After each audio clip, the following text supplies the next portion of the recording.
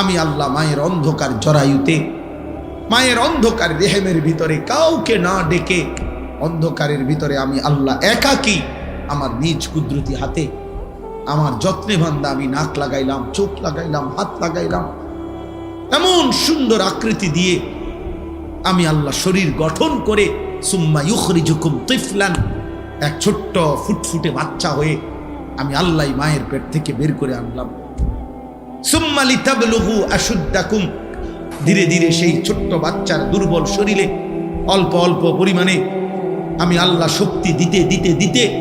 যৌবনের পূর্ণ শক্তিতে আমি তো পৌঁছিয়ে দিলাম।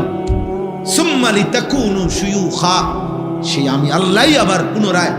শক্ত সামর্থ্য যৌবনের শরীরে আবার ধীরে ধীরে দুর্বলতা দিয়ে